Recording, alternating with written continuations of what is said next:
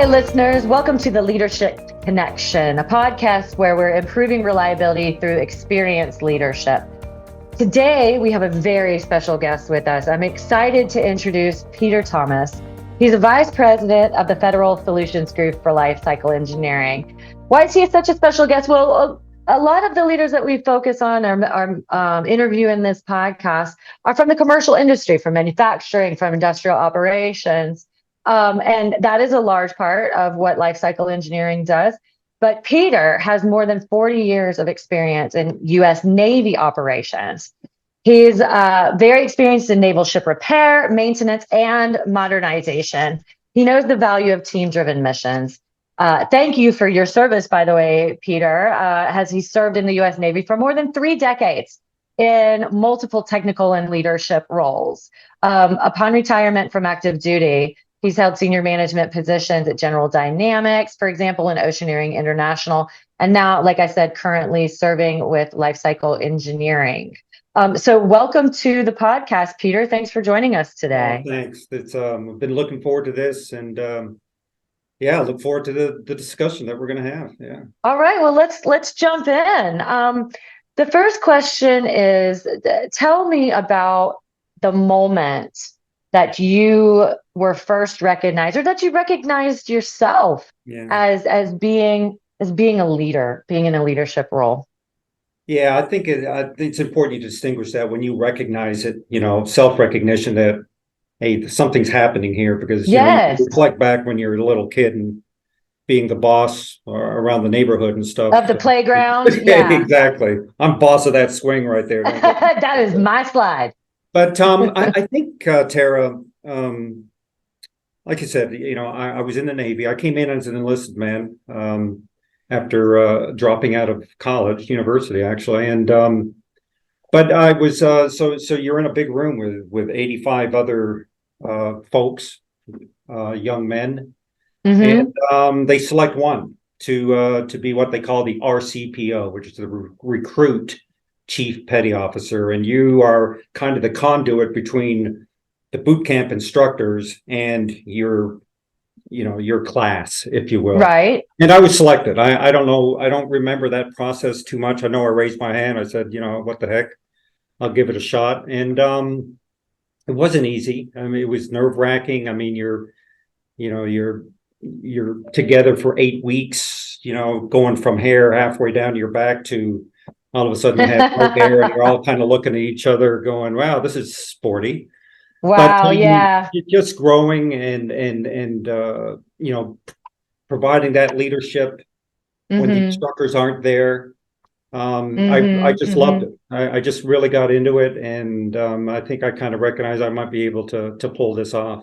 I think you said something there that's really, that's really telling of a leader. You raised your hand. Yeah. You said, yeah, I'm ready. I'm ready for this. I'm going to, be that kind of trailblazer. So I think that's an important quality of a leader. So let's continue down that road.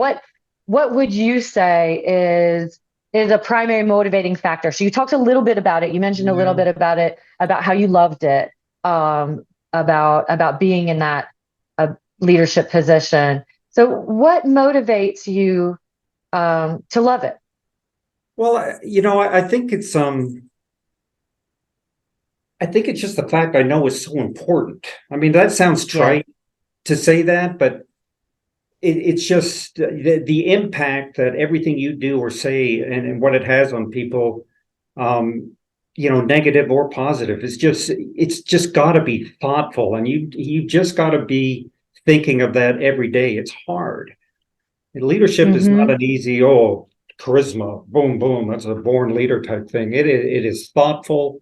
You have to work on it every day. You have to assess, be self-critical, and how could I have done that better? So I think that's what motivates me, is because I recognize that, and I've been fortunate enough to recognize that throughout my lifetime, is that you're very fortunate and blessed to be in a position, or to be in positions like this.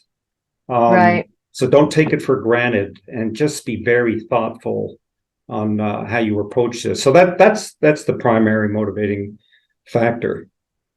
I think that's a word that encompasses so much, Peter, the word thoughtful, Mm, because like you said, charisma can only take you so far, yeah, yeah, right? exactly. But if you're thoughtful, that means you're thoughtful in your self-reflection, you're thoughtful in how you interact with others, you're thoughtful in the impact that you have, and the responsibility of it. So I think that wrapped it up really, really nicely. Let's talk about inspiration. Um, who would you, if you could pick, I won't force you to pick one, but if you could pick someone that was a mentor or a role model that really influenced you, could you tell us a story about them and, you know, two Yeah, or three things that stood out to you that maybe you emulate, or really inspired you about that mentor or yeah, role model? yeah. I will tell you a little story. It's called a sea story, but it's true. Okay. I like sea stories, but I do get seasick, which is Okay. No, no, no, unfortunate. no. You won't this time. But of course, it's a tough question because mentorship. You have mentorships throughout your entire life, the Hmm. entire continuum from parents to peers to siblings to fellow students, all the way up. And I still enjoy that uh, developmental and incremental continuum that I'm on here. But so let's go back to the boot camp thing. So I was RCPO in boot camp, so I felt pretty good about myself. Da da da da da. And I go off to this was in the mid '70s. I'm dating myself a bit, and so I go to my first submarine. And here I am, in the middle of the Indian Ocean, Oh, wow. attack submarine. And I was assigned mess duties. I was an E1. I was nothing, So I was assigned mess duties, which is a 120-day period where you work in the galleys. You clean before you roll into a particular division. So I was assigned to clean officers' toilets by I'm myself. sorry. I'm sorry. Did you Toilets, say toilet? toilets, and I'm cleaning that up. Okay. Oh, boy. So commodes, heads. So I was assigned Yeah, to no, we got it. clean. We got Right. All right. it. Um, so, so again, here I was, 3, 4, 5 months ago, I was at You university, were a leader. Yeah. fraternity, playing sports. Boot camp was a pretty good experience for me, and now I'm in the middle of the Indian Ocean, being told to clean heads. So I was unhappy. I was unhappy. I mean, I was just literally, on my haunches, my head in my hands, saying, "What have I done? I mean, what has led me to this?"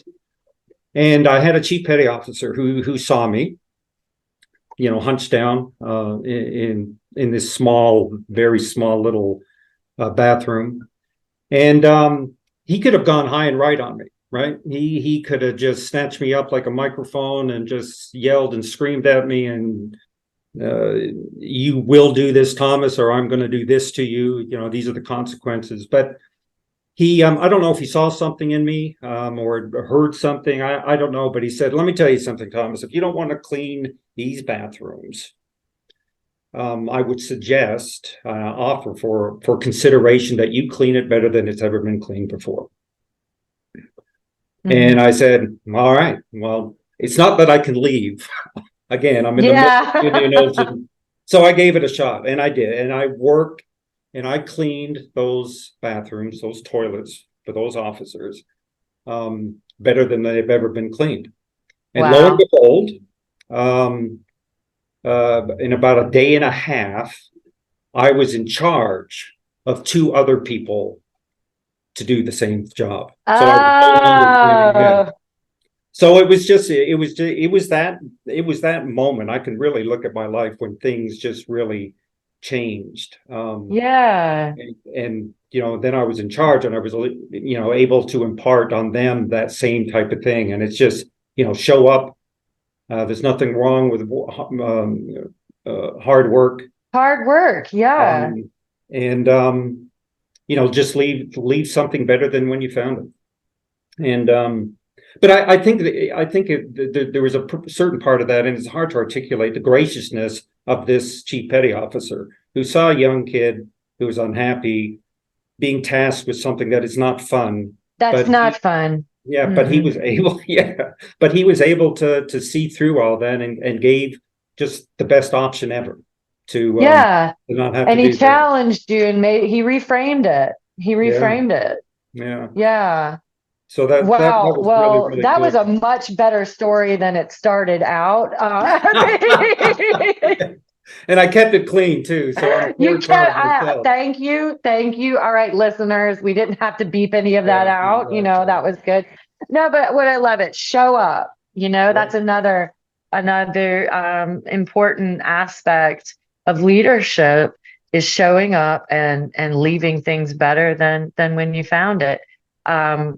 What Jim Fye, who was the founder and CEO of Life Cycle Engineering, always said, do the right thing the right way. Yeah, exactly right. And I think that's what that petty officer helped you figure out. Yeah. So we're going to have this is one of my fun questions. I love asking people this question, and I can't wait to hear what your response is.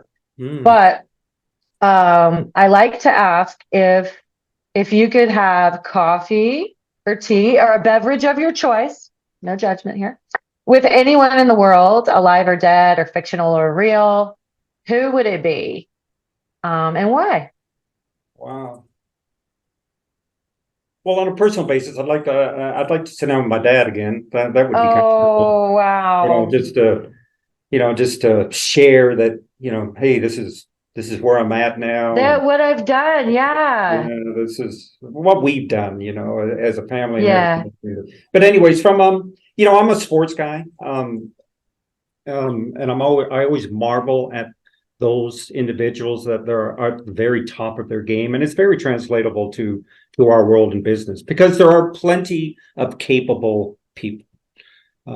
There's plenty of capable SMEs and business leaders. There are plenty of capable athletes, millions of them, that are just on the same level. But what is it?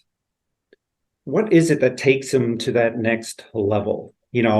Again, many capable people, but do they have what it takes to take it to the next level? Are they willing to do what it takes to get to the next level? A Tiger Woods. Are they going to put up their hand? Are they going to raise their hand? Well, maybe. I appreciate that. But, I marvel at people like Kobe. Yes. Kobe Bryant. I marvel at people like Tiger Woods. I don't want to bore you with golf and everything, but there are millions and millions of people out there that hit the golf ball at the same level. But there's only one Tiger Woods. That's right. There was only one Ben Hogan. There was only one Jack Nicklaus. So what is that? That I don't know if it's intangible or tangible or not, but I just like to pick their brains. Yeah. And I'm sure it would be that people don't realize. I think there is a certain part of work ethic. They're willing to do what it takes. They're willing. To just work harder than anyone else. I know that's not all that popular these days, quite frankly, to hear that. But I think there's something to it. So it would be people like that I'd love to sit down with. I also enjoy history. I love naval history. I love studying the World War II battles in the Pacific.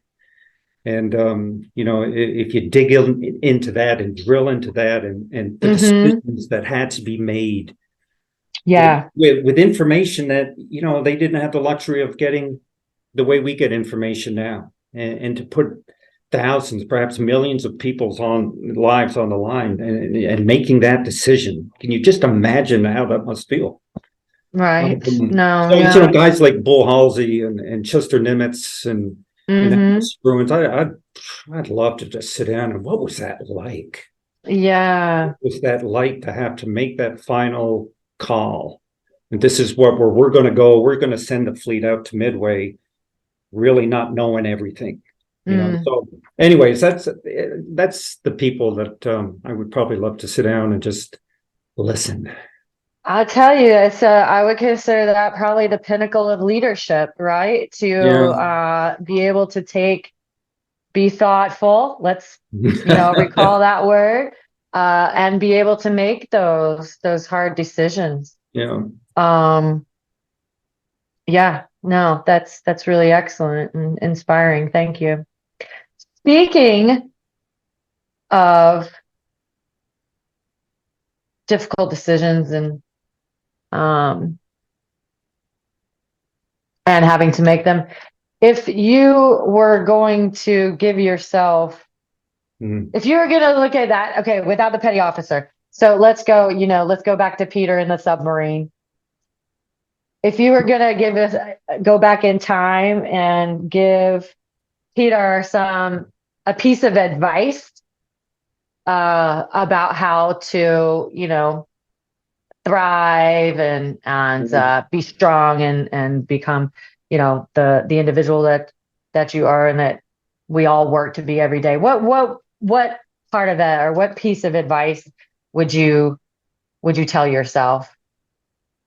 Yeah, well, I mean, the big factor in this question is that 20 years old, right? So, what do you a 20-year-old male? What do you tell a 20-year-old male? Right?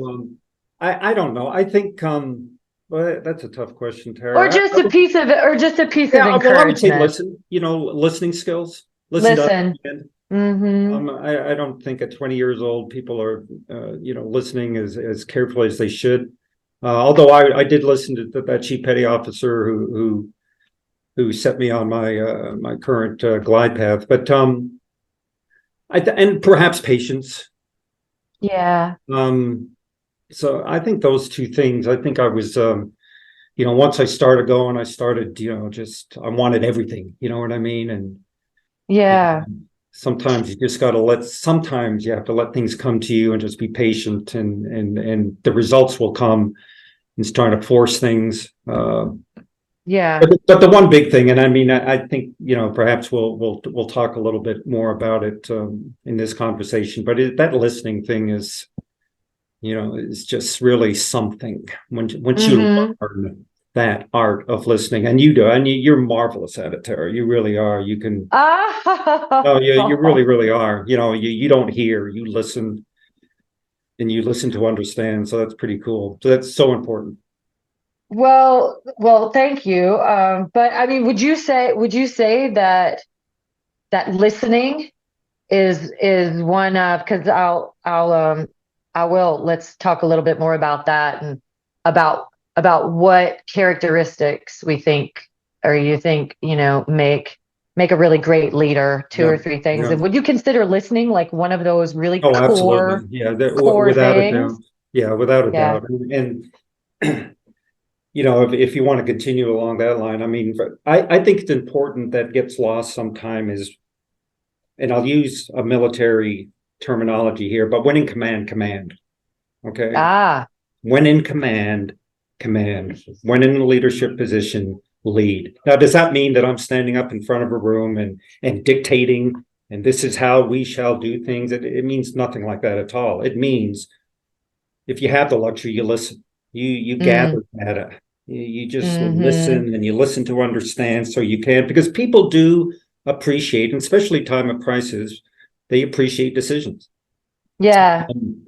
So you just gather information and then you make that decision, and And then you you make have the to really listen. decision. But I think that's so important. I mean, if you're a leader, damn it, lead.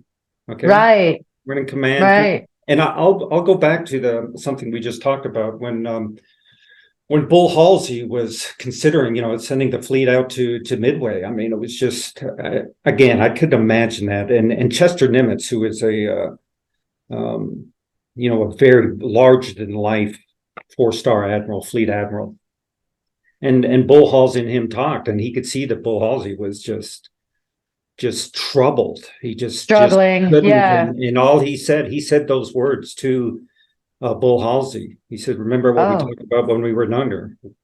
When in lead, when in command, command." And yeah. that was that. Boom. He had the information. He knew the consequences. He could stand up behind his decision, and he did it. And Yeah. fortunate for all of us sitting here today that it was very, very successful. But anyways, I think that's important. Listening is all part of that equation. I think humility is very, very Mm-hmm. important. I mean, you're not necessarily the smartest person in the room. Very rarely is one of the smartest person in the room, Right. regardless of what position you're in. So recognize that. Yeah. Um, and the listening is all about that too, Mm-hmm. right there. I think so. I think so. I wonder if you're talking about these, you said it, larger, than life leaders, but and we've talked about it a couple of times just in this conversation about, having to get past the difficult things, doing standing up to the challenging obstacles. Would you be willing to share with us and with our listeners, like, as a leader, what you would consider to be one of the most difficult, leadership decisions that you had to make, and or obstacles that you faced as a leader? yeah, some of them are, you know, well, a small example is, I was very fortunate. I went on to get a commission, started cleaning bathrooms, but I ended up, getting a commission. I ended up having a command, which was really, really cool. But I remember I received uh, a notice that the parents of one of my sailors had died. Oh Both no. parents. Okay. Yeah, that happens all the time. I mean, frankly, it happens a lot. But we were on mission. We were on critical mission, Okay. and I had to make that decision, for the crew and what we were doing and everything, to withhold that information. And Okay. that was one of those, you're sitting It's in just your stateroom going, "Oh my God," and right. because it's aftermath, they're going to find out. And I had to deal with that Right. family thing, how dare you withhold that type of information from someone? And so that was real hard. And most of the decisions like that are always around people, because we care, and we're all people, and Yes. we always put the shoe on, if you're wearing the other shoe, what it would be like. So those are Right. the tough ones. Um, Having to let groups of people go, based on the business climate and based on loss of contracts, where Sure. they're just not workers. Behind those workers are kids and spouses and other Sure. circumstances, and so those are gut wrenching. Um, That's not the good. That's not the side of leadership that is so. no, but you got to be willing to Yeah. take that on. I mean, if you want to be a leader, you can't pick and choose. Right. It's kind of You like can't pick when in and command, choose. command. And that's When you what, command. that's what you got. And you said, just because I want to remember, and hey, leaders, our listeners out there, you remember this too. So was it Admiral Nimitz that said Yeah, that yeah. coined that phrase? Admiral Nimitz said it to Admiral Halsey. I love it because you just brought one of my favorite streets in San Diego alive for me. Hey, There's Nimitz Nimitz Boulevard, You know it. You know Ocean Beach. Yeah. it. Yes. So that's great. You just took me to San Diego for a little bit. I Yeah, love San Diego. Um, so shout out to all of our California listeners.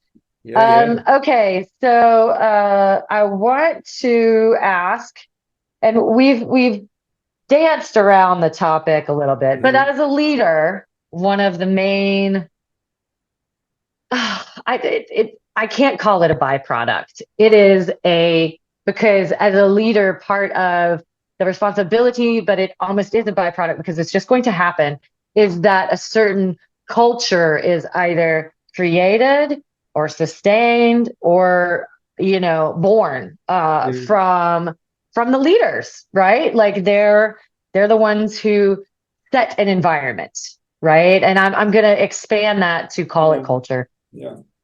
But what are your thoughts on how a leader influences, or could potentially change, a culture, whether it be in a sub, in the middle of the Indian Ocean, Yeah.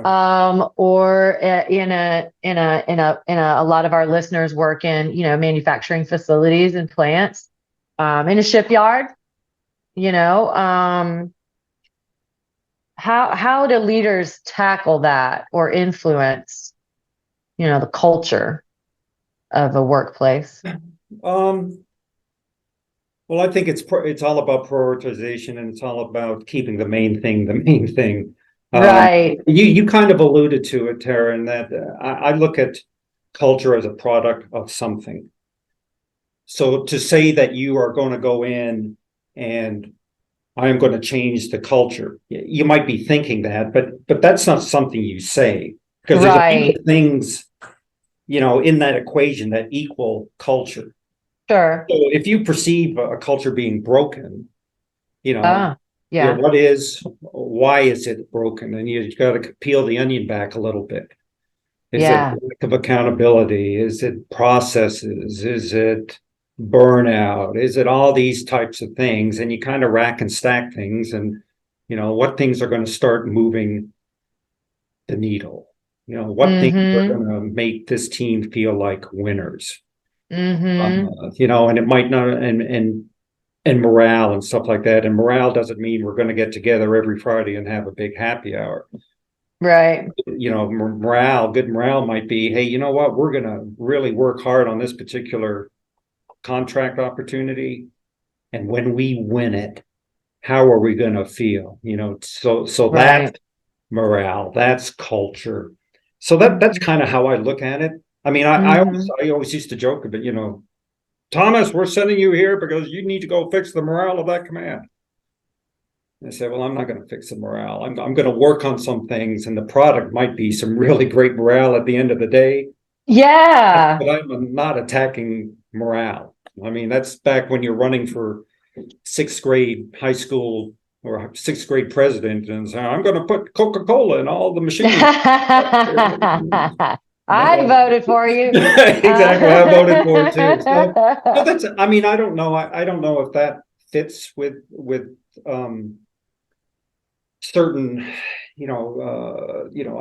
cultures and change management and stuff like that. But it's just the way I kind of look at it. You know what I mean? Right. No, I mean, I appreciate that. You're not talking about the change management that we would put in like parentheses, it's more about practical. Yeah. It just kind of recalls what you were talking about earlier about listening and gathering the information Yeah. and, making decisions based on the information that you seek, peeling back the onion.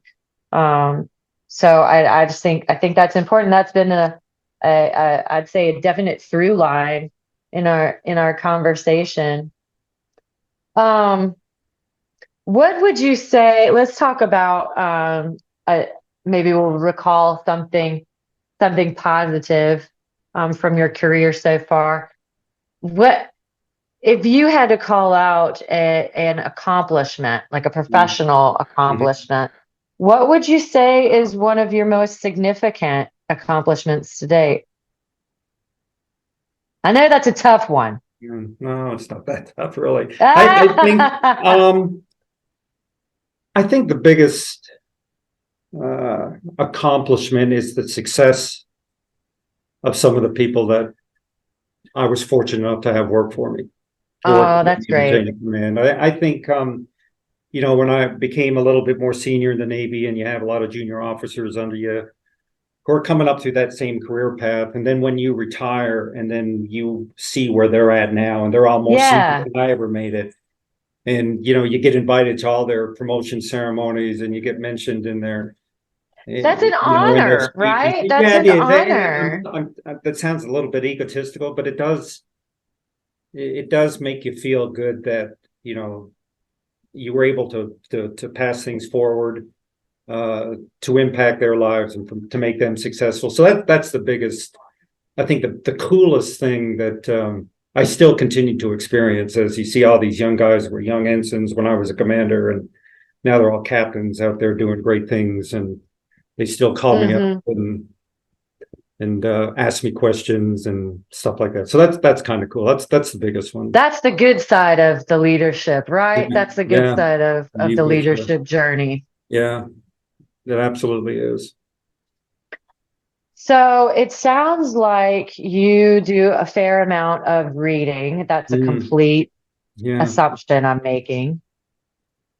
Do you have a good book that you're reading now, or something that you would recommend to our listeners, as a good read to inspire the leadership journey? Yeah, it's the one I just finished, as a matter of fact, Tara. It was called The Wisdom of the Bullfrog. And the bullfrog is I like that title. the bullfrog is named for the senior SEAL, Navy SEAL in the Navy. And Oh, I didn't know that. the Why person are who wrote this why are book. they gonna mix animal metaphors? You have the seal and then the Yeah, bullfrog. they're Like, frogmen, why are and you seal trying at to sea, air, confuse land. me? Come on, you know all of it. But anyways, the 4-star retired Admiral McGraven. But he just wrote that book. He's written 4 or 5 books, and it's just absolutely brilliant. He was the guy. I don't know if you've ever seen the video.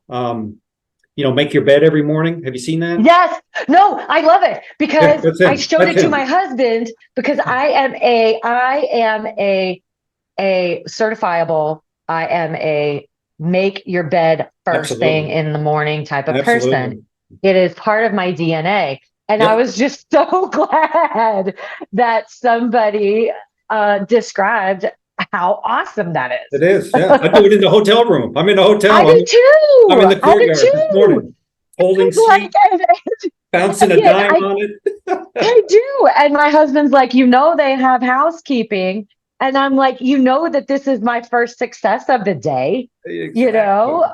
Um, So it's that guy, and okay. his latest book is called The Wisdom of the Bullfrog, and he takes what he learned through history, Okay. through a lot of history, and through his experiences in fighting all over the world for 40 years. And it's just directly applicable to business. And I would highly, highly recommend that. It's called, again, the Wisdom of the Bullfrog. And it The just, wisdom of the bullfrog. I yeah. love that. I love that. I'll ask Mobius if we can put that in the show notes, in the episode notes. And what I also love about it is it's not one of our, I mean, not knocking them, but there are some classics that we always hear mentioned, Mhm. in terms of leadership, this and that. And that one's a new one. So Cool. thank you for that. And I You're really welcome. love, as a compulsive bed maker, I really, I really appreciate. Uh, Sister, I'm with you. I'm right there with you. that's That's great. cool. Okay, so I've got a lot of sound bites that I want to share with our listeners Cool. about what I've been hearing from you so far. But if you have a parting thought, that you'd like to leave with our listeners to inspire, lift up, what are you going to say?